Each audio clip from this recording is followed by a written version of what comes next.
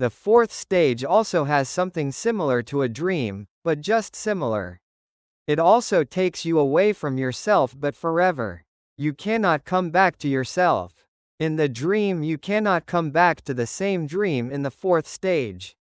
You cannot come back to the same self. It takes you really so far away that you can be the whole universe.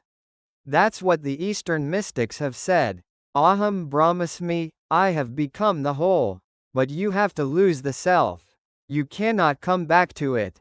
This fourth stage has been given different names. This is the most mathematical name, the fourth. It was given by Patanjali, who was a very scientific and mathematical mystic. His treatise has remained for thousands of years the only source of yoga. Nothing has been added, because nothing is needed. It is very rare that one person creates a complete system, so complete and so perfect that it is impossible to change anything in it.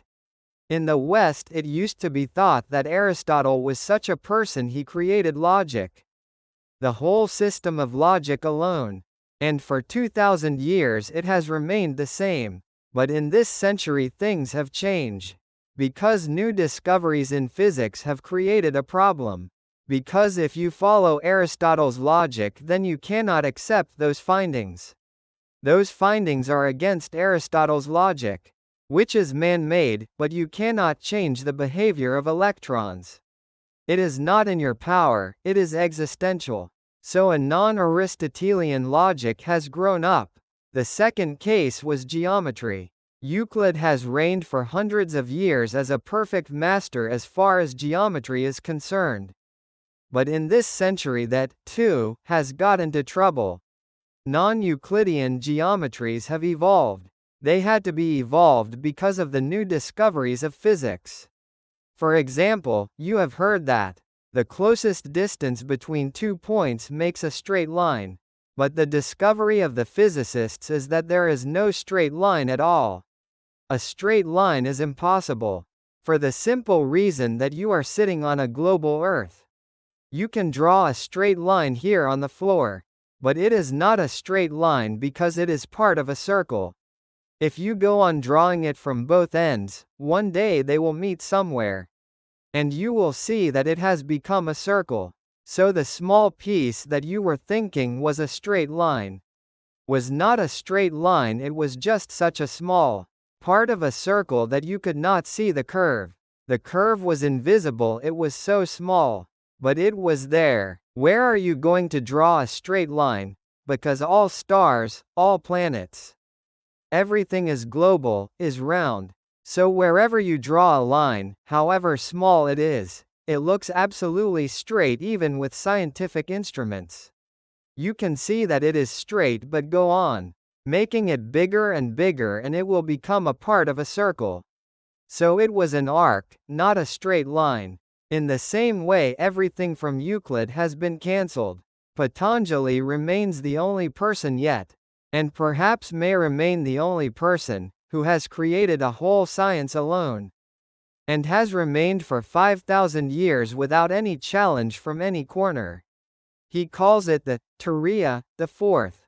He is such a scientific man that one simply feels amazed. 5,000 years ago, he had the courage, the insight, the awareness, to say that God is only a hypothesis. It can help you to become awakened, but it is not a reality, it is only a device. There is no God to be achieved, it is only a hypothesis. A few people can be helped by hypotheses, they can use them. But remember, they are not a reality. And once you have become awakened, they disappear, the same way as when you wake up your dreams disappear. They were so real that sometimes it happens that even after you have awakened, there is some effect left of the reality of the dream. Your heart is beating faster. You are perspiring, trembling, still afraid. Now you know perfectly it was a dream. But you are still crying, your tears are there. The dream was non-existential, but it has affected you. Because for that period you had taken it to be real. So it is possible. You can see the devotees crying before their God. Emotionally much affected, dancing. singing, worshipping, and feeling the truth of it, but it is just a hypothesis. There is nothing, no God. But these people are taking the hypothesis as a reality. One day, when they will be awake, they will laugh at themselves, that it was only a hypothesis. But there are other masters who have given different names. According to their own philosophical background, a few have called it enlightenment, becoming full of light, all darkness disappears. All unconsciousness disappears, becoming fully conscious. There are others who have called it liberation.